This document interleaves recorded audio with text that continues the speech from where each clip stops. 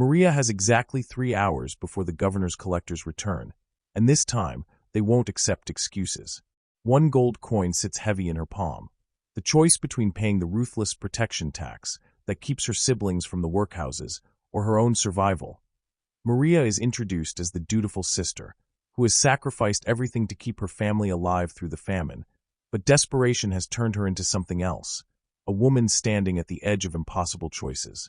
The setting is the gray market of Ashvale Village, a place where the starving sell their last possessions under storm-dark skies.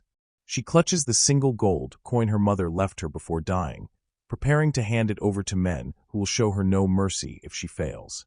But then she sees him. A man collapsed against the stone well, his massive frame trembling with what looks like hunger's final stages. His tattered clothes are caked in mud, his blonde hair matted and wild, but it's his eyes that stop her cold. Golden, piercing, watching her with an intensity that doesn't match a dying man. Maria knows she should walk past. She knows the cost of compassion in a world this cruel. The collectors are coming.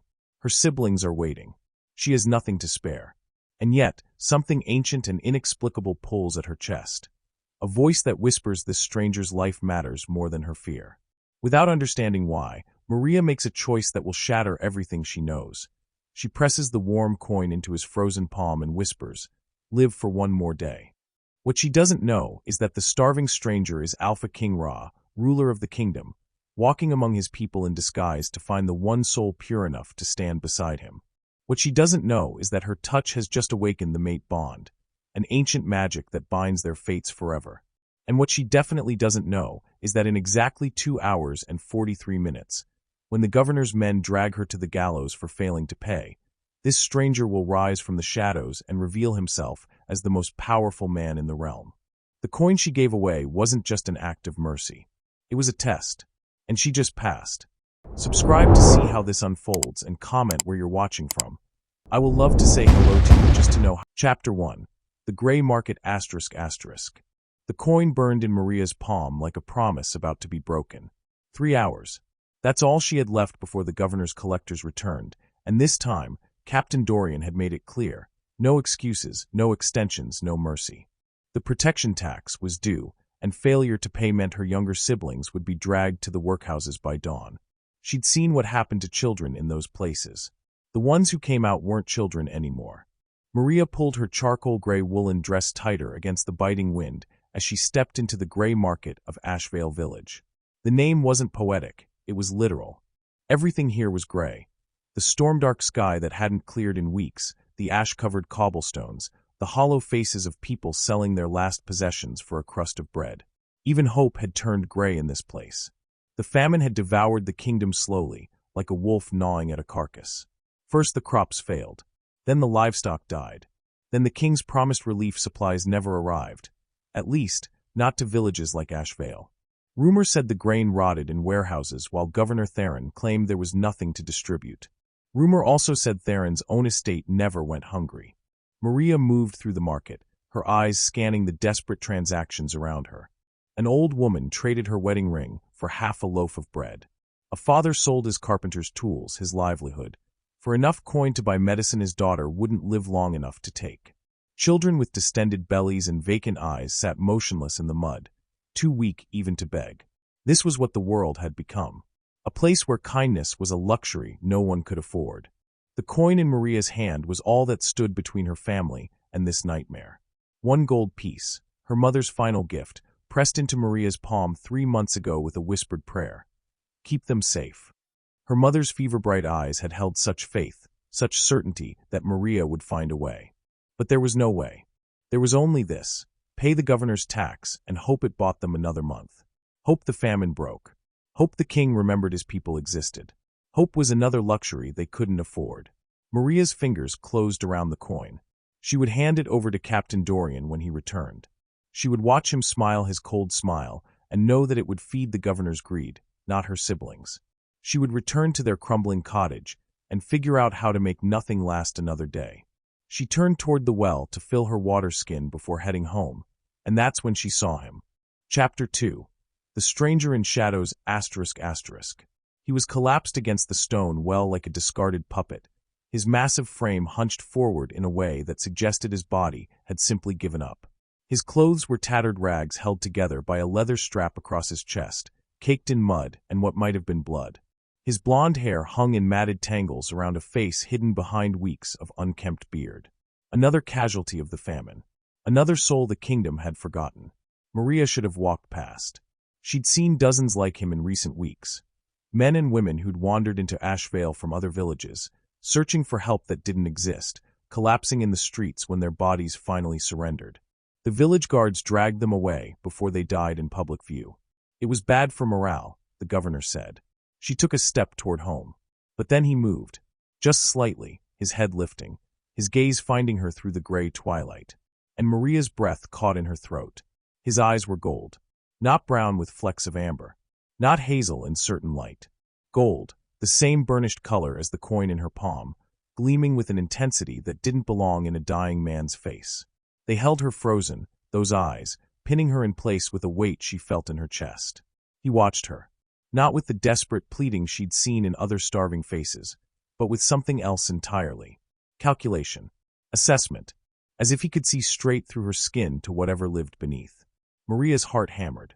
Everything in her screamed to run, not from fear of him, but from fear of what those eyes made her feel. That inexplicable pull, like a hook lodged beneath her ribs, drawing her forward. No, she thought. I can't.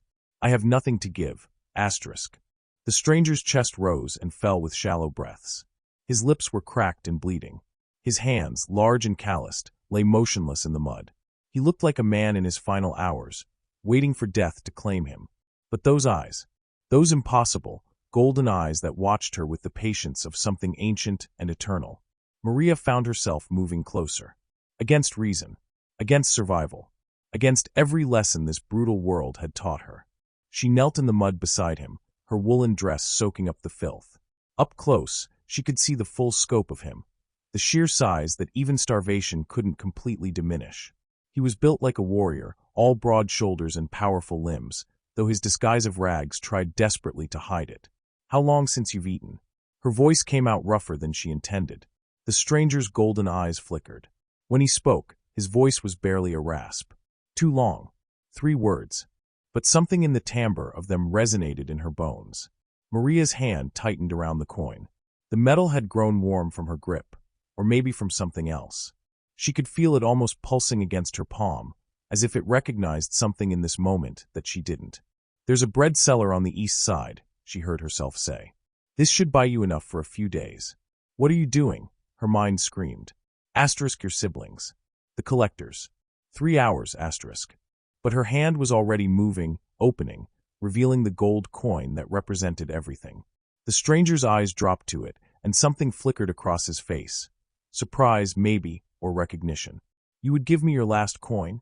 His voice was stronger now, each word carefully shaped. You don't know me. I know you're dying. Maria held his gaze. And I know what it feels like to watch someone die when you have the power to stop it. Her mother's face flashed through her mind, gray-lipped and feverish, begging for water they didn't have, for medicine they couldn't afford. Maria had held her hand and watched the light leave her eyes, powerless to do anything but bear witness. She wouldn't watch it again, not if she had a choice, even if the choice destroyed her. Chapter 3. The Gift ***. Maria reached for the stranger's hand. His skin was cold, death cold, but the moment her fingers brushed his palm, heat flared between them like struck flint. The stranger's eyes widened, his breath hitching, and Maria felt it too, a shock that raced up her arm and exploded in her chest, as if something dormant had suddenly roared to life. The mate bond, though she had no name for it. The ancient magic that recognized souls meant to intertwine. But Maria only knew that touching this stranger felt like coming home and leaping off a cliff simultaneously. She pressed the coin into his palm, her fingers lingering a moment too long. Live for one more day, she whispered. That's all any of us can do. The stranger's hand closed around the coin, and around her fingers, holding them there. His golden eyes bore into hers with an intensity that stole her breath. Why? The single word held a universe of questions. Maria pulled her hand free, though it felt like tearing away part of herself. Because someone has to remember that we're supposed to take care of each other, even if the world's forgotten. She stood, her legs unsteady. The stranger watched her rise, something like reverence crossing his features. Or maybe it was just the fading light playing tricks. "What's your name?" he asked. Maria hesitated. Names had power, her mother used to say. But what power could remain in a world this broken? Maria. She wrapped her arms around herself, suddenly cold without his proximity. "And you won't tell me yours, because men who are dying don't waste breath on introductions." The corner of his mouth lifted, barely, but enough to suggest that underneath all that suffering might be someone who still remembered how to smile. "I'll remember this, Maria." She turned away before she could do something foolish like ask him to remember her too. Before she could acknowledge the wrongness of walking away, of leaving him there when every instinct screamed to stay. The gray market felt colder as she moved through it, emptier, as if she'd left something vital behind at that well, something she'd never get back. Maria had made it 3 steps when she heard the horses. Chapter 4. The Debt Unpaid ***. They came like a storm, 6 mounted men in the governor's crimson and black, led by Captain Dorian himself. His horse scattered the market crowd, sending desperate sellers scrambling for their worthless wares. The captain's face was all sharp angles and sharper cruelty, his smile the kind that promised pain. "Maria of Ashvale." His voice carried over the market. "Step forward." Maria's heart plummeted. They were early. She still had 3 hours, but clearly the governor had decided to change the terms. He did that. It was part of the game, part of breaking them down until they had nothing left to break. She stepped into the open, lifting her chin even as her hands trembled. "I'm here." Captain Dorian dismounted, his boots splashing in the mud. The market had gone silent. Everyone watching. Everyone knowing what came next, but powerless to stop it. "The protection tax," Dorian said, extending his gloved hand. "Pay it now, or your family forfeits protection." Maria's throat closed. She could still feel the ghost of the coin in her palm, still warm from where it had rested against her skin. I need more time." "Time?" Dorian's laugh was acid. "The governor has been generous with time. 3 months you've had. 3 months of extensions and promises. Your time, girl, is up. Please." The word tasted like ash. "Just until tomorrow." "I can." "You can what?" Dorian stepped closer, and Maria could smell the wine on his breath. The governor's men never went hungry. "Beg. Steal. Sell yourself." His eyes raked over her in a way that made her skin crawl. "Actually, that last one might work. I'm sure we could find buyers for a desperate thing like you." Rage flared in Maria's chest, burning away the fear. "I had the coin. I would have paid." "Had." Dorian's eyes sharpened. Had. Where is it now?" Maria's silence was answer enough. The captain's smile widened into something vicious. "You gave it away." He turned to his men, spreading his arms as if presenting a theater performance. "She had the tax money and gave it to some beggar. Tell me, Maria, did it feel good? Playing the saint while your siblings starve." "They were already starving," Maria shot back. "Your tax doesn't protect us from anything except your own swords." The slap came faster than she could brace for it. Maria's head snapped sideways, pain exploding across her cheek. She tasted blood. "Search her," Dorian commanded. "She's lying. No one's that stupid." Hands grabbed her, rough, invasive, pawing through her pockets and her dress while she stood rigid with humiliation. They found nothing because there was nothing to find. Just lint and desperation. The cottage, then, Dorian decided. If she gave away the tax, she must have more hidden. "We'll tear the place apart and take what we find. And if there's nothing," his smile turned predatory, "we'll take the siblings instead. The workhouses always need fresh bodies." No, the word screamed through Maria's mind. Not Kara. Not little Tomas. They were all she had left. "They're innocent." Maria grabbed Dorian's arm, desperate. "This is my debt, not theirs." He shook her off like an insect. "Then you should have paid it." 2 guards moved to flank her, their hands like iron manacles on her arms.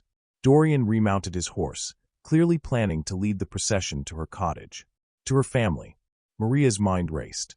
She could fight, but 6 armed men against 1 unarmed woman was slaughter, not battle. She could run, but they'd catch her, and the punishment would be worse. She could scream for help, but who in this starving village had the strength or courage to stand against the governor's men? There was no way out, no clever escape, no last-minute salvation. She'd made her choice at the well, and now her siblings would pay for her moment of mercy. Unless... Maria's eyes cut to the well where the stranger had been. where she'd left him with her coin and her whispered prayer to live one more day. He was gone. Of course he was gone. He'd taken the coin and disappeared, probably already at the bread cellar. Why would he stay? Why would he care what happened to the foolish girl who'd saved him? The guards yanked Maria forward, beginning the march toward her cottage, toward Kara and Tomas, and the destruction of everything their mother had begged her to protect. Maria had never felt more powerless in her life. She didn't know that golden eyes watched from the shadows. She didn't know that a king was deciding whether she was worthy. She didn't know that her trial had only just begun. Chapter 5. The Hunt ***. They were halfway to the cottage when Maria made her decision. If they were going to take everything, she'd make them work for it. She twisted hard, using the guard's momentum against them, and wrenched her right arm free. The guard on her left tightened his grip, but Maria drove her elbow into his throat. He made a choking sound and released her, stumbling backward. Then she ran. After her. Dorian's roar split the air. Don't let her reach the cottage first. Maria's feet pounded against the muddy street, her heavy woolen dress dragging at her legs. She knew these streets, every alley, every shortcut, every rotten board in every abandoned building. The governor's men knew them too, but she was running for her siblings' lives, and that made her faster. She ducked into Copper Alley, a narrow passage between two collapsed houses. Behind her, she heard horses' hooves skidding, unable to follow. Good. On foot, she had a chance. The ruins of Ashvale became her ally. She vaulted over a fallen beam, skidded through a gap in a crumbling wall, splashed through an ice-cold puddle that soaked her to the knees. Her breath came in ragged gasps, her heart hammering against her ribs. Asterisk just reached them first. Get Kara and Tomas out. Hide them somewhere. Anywhere, asterisk. A guard appeared at the end of the alley, blocking her path. Maria didn't slow. She grabbed a loose brick from the rubble and hurled it. It caught him in the shoulder, and he cursed, stumbling aside just enough for her to slip past. She emerged onto Market Street, her cottage visible in the distance. So close. If she could just. A shadow moved in her peripheral vision. One of the guards lunged for her from a side street, his hands reaching for her dress. Maria tried to dodge, but her foot caught on something, a root, a stone, she didn't know, and she started to fall. The guard's fingers brushed her shoulder. Then he went down hard, his face slamming into the mud as if he'd been tripped. But there was nothing there. Nothing but shadow. Maria didn't question it. She ran. It happened again at the burned-out mill. Two guards converging from opposite sides, cutting off her escape route. Maria prepared to fight, to scratch and bite, and do whatever it took. Both guards went sprawling, tangled together as if they'd collided with an invisible wall. And in the corner of her eye, Maria saw it, a flicker of movement where nothing should be. A massive shape cloaked in shadow, moving with impossible speed and silence. The stranger. It had to be. Those golden eyes she'd glimpsed, they were watching her now. She could feel them. He was helping her, protecting her from the darkness. But why? What could a starving traveler do against armed guards? No time to wonder. Maria pushed harder, her lungs burning, her legs screaming. The cottage was so close now. She could see Kara's face in the window, watching the street with worried eyes. Run! Maria screamed. Take Tomas and run. Kara disappeared from the window. Smart girl. She'd understood immediately. Maria was 10 yards from the door when Captain Dorian himself appeared, dismounting directly in her path. His sword was drawn, pointed at her chest. Enough, he said coldly. The game's over. Maria skidded to a stop, gasping for breath. Behind her, she heard the other guards closing in, their footsteps hammering through the ruins. Ahead, Dorian's blade gleamed in the gray light. She was trapped. You've made this so much worse for yourself, Dorian continued, advancing slowly. The governor doesn't tolerate defiance. He'll make an example of you, and your siblings will watch every moment before they're dragged to the workhouses. Maria's hands clenched into fists. She had no weapon, no escape, but she'd be damned if she'd beg. Then do it, she said, her voice steady despite the terror singing through her veins. But you tell your governor that he's a coward who preys on the weak because he's too spineless to face the strong. Dorian's face darkened. You want to die a martyr? Fine. He raised his sword. I'll give you what you want. The blade came down, and a hand caught it mid-swing. Chapter 6. Cornered ***. The stranger stood between Maria and death, his massive hand wrapped around Dorian's blade as if it were a child's toy. Blood dripped from his palm where the edge cut deep, but he didn't flinch. Didn't even seem to notice. His golden eyes burned with something that made Captain Dorian take an involuntary step back. "You dare," Dorian started. Kneel. The stranger's voice rolled out like thunder, like the voice of God commanding mountains to bow. It wasn't a request. It wasn't even an order. It was the fundamental truth of the universe rewritten in a single word. Dorian's knees buckled. He collapsed into the mud, his sword clattering from nerveless fingers, his face blank with shock. The other guards froze. Whatever they'd been expecting, it wasn't this. Wasn't a starving beggar speaking with the authority of kings. The stranger's tattered rags seemed to shimmer in the gray light. The mud and filth that had caked his clothes and hair fell away like illusion, revealing what had been hidden beneath. Leather armor tooled with intricate designs, a cloak the color of midnight, and blonde hair that shone like captured sunlight. And around his neck, hanging from a heavy chain, was a signet ring that every person in the kingdom knew by sight. The royal seal of the Alpha King. Maria's world tilted. Her knees went weak, and she grabbed a fence post to keep from falling. This couldn't be real. The starving stranger, the man with golden eyes, the beggar she'd given her last coin to, was King Rah, the Alpha himself, the most powerful man in the realm. She'd given the king her last gold coin and told him to live for one more day. "Oh gods, your majesty," Dorian's voice cracked. He was still on his knees, his face pressed into the mud, his entire body shaking. "I didn't know we didn't." "Silence." Rah's voice cut through Dorian's babbling like a blade. He turned those golden eyes on the captain, and the temperature seemed to drop 10 degrees. "You knew exactly what you were doing. The question is whether I know." He stepped forward, and Dorian whimpered. "Tell me, Captain," Rah continued, his tone conversational in a way that was somehow more terrifying than his earlier command. "Where are the king's relief supplies? The grain and medicine I sent to Ashvale 3 months ago. Enough to feed this village through the winter." Dorian's face went white. "The famine, the crops failed." "The crops failed in every village," Rah agreed. "Which is why I sent supplies to every village. So why is Ashvale still starving?" Silence. The kind of silence that precedes executions. "Governor Theron," Dorian finally whispered. He kept the supplies. Sold them to neighboring kingdoms for profit. He said you'd never know. Never come here yourself to check. "And you?" Rah's voice was soft. Deadly. "What was your reward for helping him steal from starving children?" Dorian said nothing. His silence was confession enough. Rah turned to the other guards, who stood frozen like statues. "The rest of you. Did you know?" One guard stepped forward, tears streaming down his face. "We suspected, Your Majesty. But we have families. If we refused orders, Theron would have killed us. Killed our children. We were cowards. We're sorry. We're so sorry." Maria watched this unfold with the detachment of someone in a dream. This couldn't be happening. Kings didn't walk among common people. Didn't disguise themselves as beggars to test their subjects. Didn't catch swords with their bare hands to protect foolish girls who'd given him mercy when he'd been disguised as someone powerless. It was a test. The realization hit her like a physical blow. The famine, the stranger, the coin, all of it had been a test to see who in his kingdom remained pure of heart. To see who would choose compassion over survival. And she'd passed. Or had she?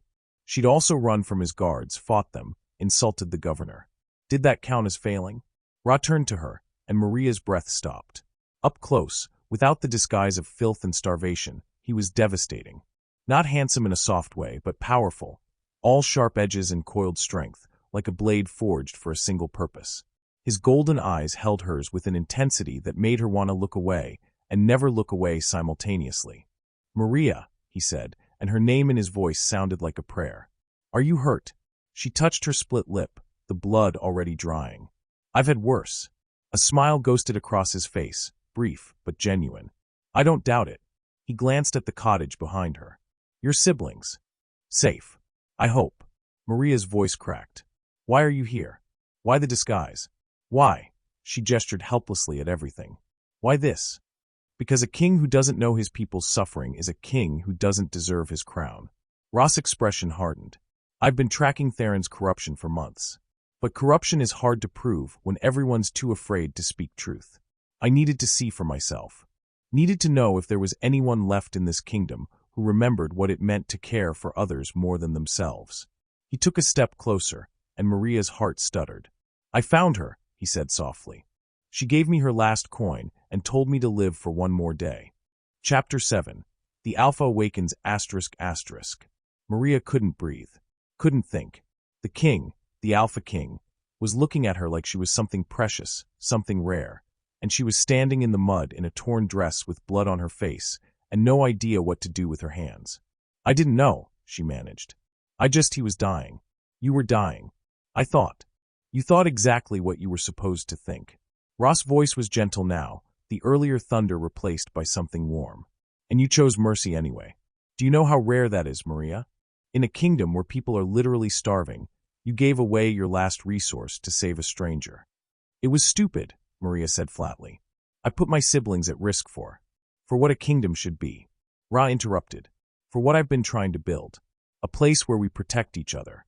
Where the strong defend the weak instead of preying on them." Behind him, Captain Dorian made a strangled sound. Rah's eyes cut to him, cold as winter.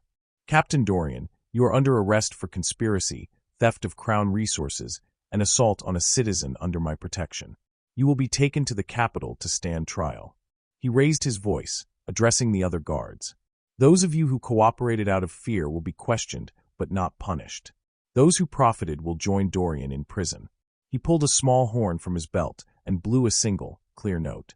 The response was immediate.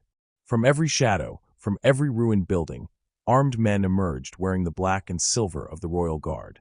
There must have been 50 of them, an entire company, hidden in Ashvale this whole time, watching and waiting. Maria felt dizzy. The king hadn't been alone. He'd never been in danger.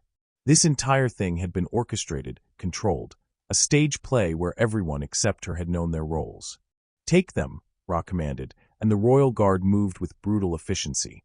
Dorian and his men were disarmed, bound, and dragged away in less than a minute.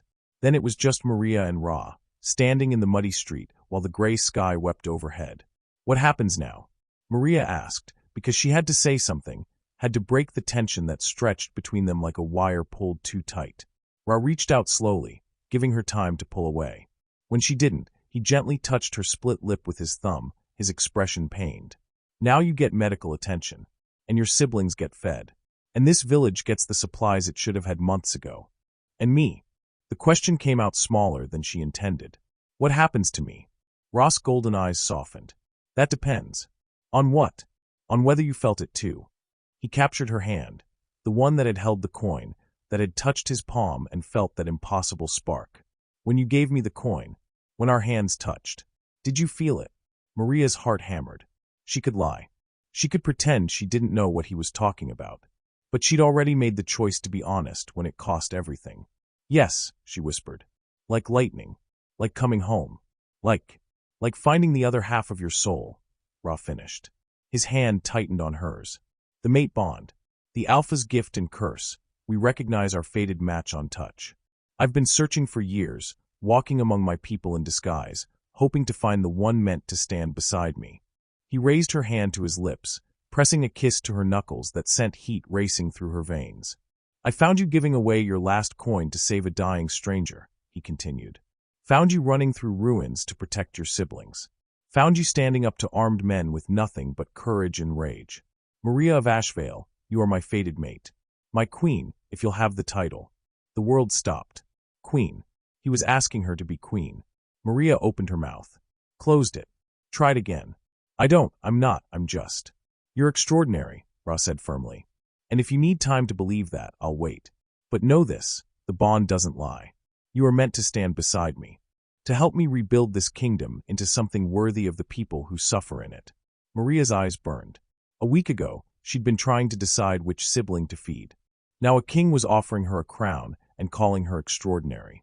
"My siblings," she said, because that was the only thing that made sense. "What about them?" "They come with you. They'll be protected, educated, given every opportunity." Rah smiled. "Though I suspect Kara will give the palace tutors hell." Despite everything, Maria laughed, a short, sharp sound that bordered on hysteria. "You saw them?" "When?" "I've been watching over you since you gave me the coin." Rah's expression turned sheepish. "The shadow that helped you during the chase? That was me. I couldn't let you face those men alone, but I needed to see if you'd regret your choice. If you'd curse yourself for showing mercy." "Did I?" Maria challenged. Not once. His voice rang with pride. You were angry, terrified, but not once did you blame yourself for saving me. You blamed the system, the corruption, the cruelty. He was right, Maria realized. Even when Dorian had been threatening to take Kara and Tomas, even when she'd thought she was going to die, she hadn't regretted giving the coin. She'd regretted living in a world where mercy was punished. I can't promise to be perfect, Maria said slowly. I don't know how to be a queen. I'll probably do everything wrong. You'll do everything with compassion, Rah countered. That's all I ask. Will you stand with me, Maria? Will you help me heal the kingdom? Maria looked at their joined hands, looked at the royal guard securing the village, looked at her cottage where Kara and Tomas were probably terrified. She thought about her mother's last words. Keep them safe. She could keep them safe as a peasant, scraping and struggling, and always one disaster away from losing everything. Or she could keep them safe as a queen, with the power to change the world that had taken their mother. It wasn't really a choice. Yes, Maria said. I'll stand with you. Rah's smile was blinding. He pulled her close, wrapping her in arms that felt like safety and fire all at once, and Maria let herself believe, just for a moment, that maybe mercy really was the greatest strength after all. Chapter 8. The King's Justice ***. Governor Theron was arrested that evening. Rah himself led the royal guard to the governor's estate, and Maria went with him. She needed to see this. Needed to watch the man who'd terrorized her village face justice. They found Theron in his dining hall, presiding over a feast that could have fed Ashvale for a month. Roasted meats, fresh bread, wine from the southern vineyards, everything the people had been denied while he'd claimed poverty. The governor looked up from his plate, his face going from annoyed to confused to terrified in the space of a heartbeat. Your Majesty. He lurched to his feet, knocking over his wine. What an unexpected honor. If I'd known you were visiting. You would have hidden the evidence? Rah's voice was ice. Removed the grain from your private warehouses? Burned the ledgers showing how much you've embezzled? Theron's face went gray. I don't know what lies you've been told, but Captain Dorian has confessed everything. Rah moved into the room with the lethal grace of a predator. The stolen supplies, the falsified reports, the bribes to keep your officials silent. Should I continue? Dorian is a liar. Theron's voice pitched toward panic. A thief trying to save himself. You can't trust. I trust the evidence. Rah gestured, and 2 royal guards entered carrying ledgers and documents. We found your records. Every grain shipment you diverted. Every citizen you taxed into starvation while claiming to have nothing to give them. He stepped closer to Theron, and the temperature in the room seemed to drop. You stole from my people, Rah continued softly. From children. From families. From people who trusted that their king's aid would reach them. And you did it for gold. I was going to repay it, Theron stammered. I just needed capital to invest in. In your own comfort. Rah cut him off. While people died. Maria watched Theron's face crumble. Watched him realize there was no escape. Part of her felt satisfaction. But another part, the part that had given away her last coin, felt only sadness. This was what the world did to people. Turned them into monsters who hoarded while others starved. Governor Theron, Rah said formally, you are under arrest for embezzlement, conspiracy, theft of crown resources, and crimes against the people of Ashvale. You will be tried in the capital, and if convicted, you will be stripped of your title, your lands, and your freedom. Theron collapsed, sobbing. The royal guard dragged him away. When it was over, Rah turned to Maria. Did you want to speak? To tell him what his corruption cost you? Maria shook her head. He knows. And if he doesn't, my words won't teach him. She looked at the feast spread across the table. Can we send this food to the village? Rah's expression softened. Already done. My men are distributing the supplies as we speak. He took her hand, and they walked out of the estate together. Outside, Maria could hear sounds she'd almost forgotten. Laughter. Children playing. The normal noise of a village that wasn't slowly dying. Tomorrow, Rah said, we return to the capital. I'll introduce you to the court. Begin the process of making you queen. And tonight, Maria asked. Tonight, you stay with your siblings. Say goodbye to Ashvale. He squeezed her hand. Your life is about to change, Maria. I want you to have one last night as just yourself. Maria appreciated that more than he could know. Chapter 9. The Invitation ***. They stood in front of Maria's cottage, the same building she'd grown up in, the same walls that had sheltered her through the worst of the famine. It looked smaller now, somehow. Or maybe she'd just grown larger. "I'm terrified," Maria admitted quietly. "Good," Rah said, surprising her. "If you weren't scared, I'd worry. Being queen isn't supposed to be easy. What if I fail?" "You won't." His certainty was absolute. "You'll struggle. You'll make mistakes. But you won't fail because you care too much to give up." Maria turned to face him fully. In the darkness, his golden eyes seemed to glow with their own light. Or maybe that was just the bond, making everything about him appear extraordinary.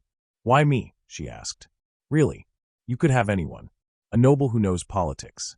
A warrior who knows strategy. Why choose a village girl with no training?" Rah was quiet for a long moment. When he spoke, his voice was raw with honesty. "Because I've spent years surrounded by people who want power, who smile and scheme, and tell me what they think I want to hear. But you," he cupped her face gently, "you gave me everything you had without knowing who I was, without expecting anything in return.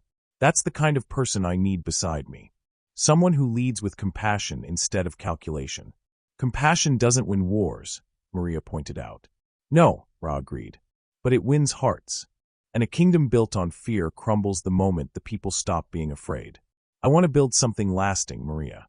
Something that survives because people believe in it, not because they're terrified of it." He leaned his forehead against hers, and Maria felt the bond sing between them, a golden thread connecting their souls. "Will you help me?" he whispered. "Will you be my queen, my partner, my mate?" Maria thought about her mother, about the village, about every person who'd ever been crushed under the weight of a system that didn't care if they lived or died. She thought about having the power to change that. "Yes," she said again, "but I have one condition." Rah pulled back slightly, curious. "Name it." "I want to create relief programs. Systems to help villages survive disasters without relying on corrupt governors. I want to train people to recognize and report abuse of power. She took a breath. "I want to make sure no one else has to choose between their last coin and their conscience." Rah's smile was brilliant. "Done. You'll have full authority to create whatever programs you think necessary. Even if they're expensive? Even then." He kissed her forehead softly. "We'll make it work." Maria believed him. Against all logic, against all her experience with how the world worked, she believed that together they could actually change things. Maybe that was what the mate bond did. Made you believe in possibilities you'd never dared to hope for. "Come inside," Maria said, tugging his hand. "Meet Kara and Tomas properly, before we turn their world upside down." Rah let himself be pulled into the tiny cottage, ducking through the doorway. Inside, Kara and Tomas waited, their eyes wide, their faces a mixture of awe and terror. "It's all right," Maria assured them. He's the king, but he's also," she glanced at Rah. "He's family now. Or will be." Tomas, 7 years old and already too thin, tilted his head. "Are you really going to be queen?" "Apparently." Maria still couldn't quite believe it herself. "Does that mean we get to live in a castle?" Kara, practical even at 11, was already thinking logistics. "It does," Rah answered. "And you'll have tutors, trainers, anything you want to learn." Kara's eyes narrowed. "Sword fighting. If that's what you want." "Perfect." Kara grinned, fierce and bright. "I want to learn to protect myself, so no one can ever threaten us again." Maria's chest ached with pride. That was her sister, learning from hardship instead of breaking under it. They talked late into the night, Rah patiently answering questions about castle life, about what being royal meant, about whether they'd have to wear uncomfortable clothes all the time. The answer, sometimes yes, sorry. Eventually, exhaustion won. Kara and Tomas fell asleep curled together on their shared pallet, and Maria walked Rah to the door.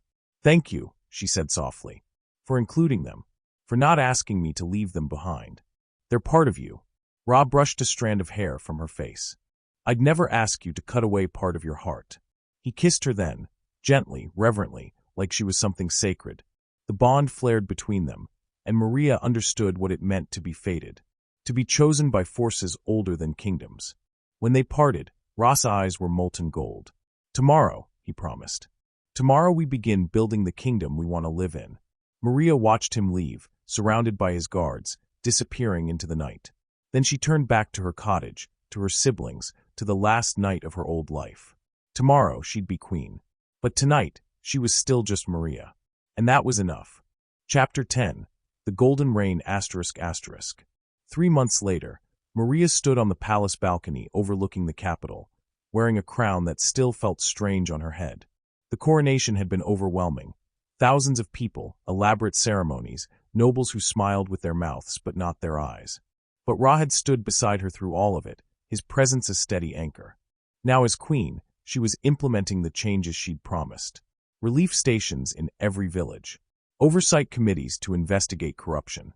Laws protecting citizens from excessive taxation. It was slow work. Exhausting work. Every day brought new challenges, new resistance from nobles who profited from the old system. But every day also brought letters. Letters from villages thanking her for the grain shipments. From families who'd been saved from starvation. From people who finally had hope that the kingdom cared whether they lived or died. Maria kept every letter in a chest in her chambers. On hard days, when the politics felt crushing, she'd read them and remember why she'd accepted this burden. Rah appeared beside her, slipping an arm around her waist. Thinking. Always. Maria leaned into his warmth. I got another letter from Ashvale today. The new governor is working well with the village council. The harvest looks promising. You did that, Rah said. You gave them hope. We did that. Maria corrected. I'm just the face. You're the one who enforces the changes. We're partners. Rah kissed her temple. That's how this works. Maria turned in his arms, taking in the man who'd disguised himself as a beggar to find someone worth trusting. Who'd tested his kingdom and found it wanting, except for one girl foolish enough to give away her last coin. Do you ever regret it? She asked. Choosing me? I'm still learning. Still making mistakes. Rah laughed. Every day I wake up grateful that you walked past that well. That you chose mercy over survival. His expression turned serious. You're changing this kingdom, Maria. Making it into something worth ruling. We're changing it, she insisted. Together, he agreed. They stood there as the sun set over the capital, painting the sky in gold and rose. Somewhere below, people were living lives that were slightly easier because a village girl had once given everything to a stranger. Maria thought about her mother's last words. Keep them safe. She'd done more than that. She'd built a kingdom where safety wasn't a luxury, but a right. And she'd done it all because once, when faced with an impossible choice, she'd chosen to believe that people were worth saving. Even especially when it cost everything. Years later, when people told stories about Queen Maria the Merciful, they always started the same way. Once, there was a girl who gave her last gold coin to a starving stranger, not knowing he was the Alpha King testing his kingdom. She chose mercy when survival demanded cruelty. She chose compassion when the world had forgotten kindness. And for that choice, she became a queen who ruled not through fear, but through love. The coin she gave away. It was melted down and reforged into a pendant, a rose with thorns. That became the symbol of her reign, A reminder that true strength isn't about hoarding what you have. It's about giving it away to those who need it more. And in the palace, that coin-turned pendant hung in a place of honor, gleaming with the same golden light as the king's eyes, a permanent reminder of the moment everything changed. The moment a kingdom remembered what it meant to care. Thank you for watching. If you enjoyed this video, please like, subscribe, and share your thoughts in the comments. Your support means everything.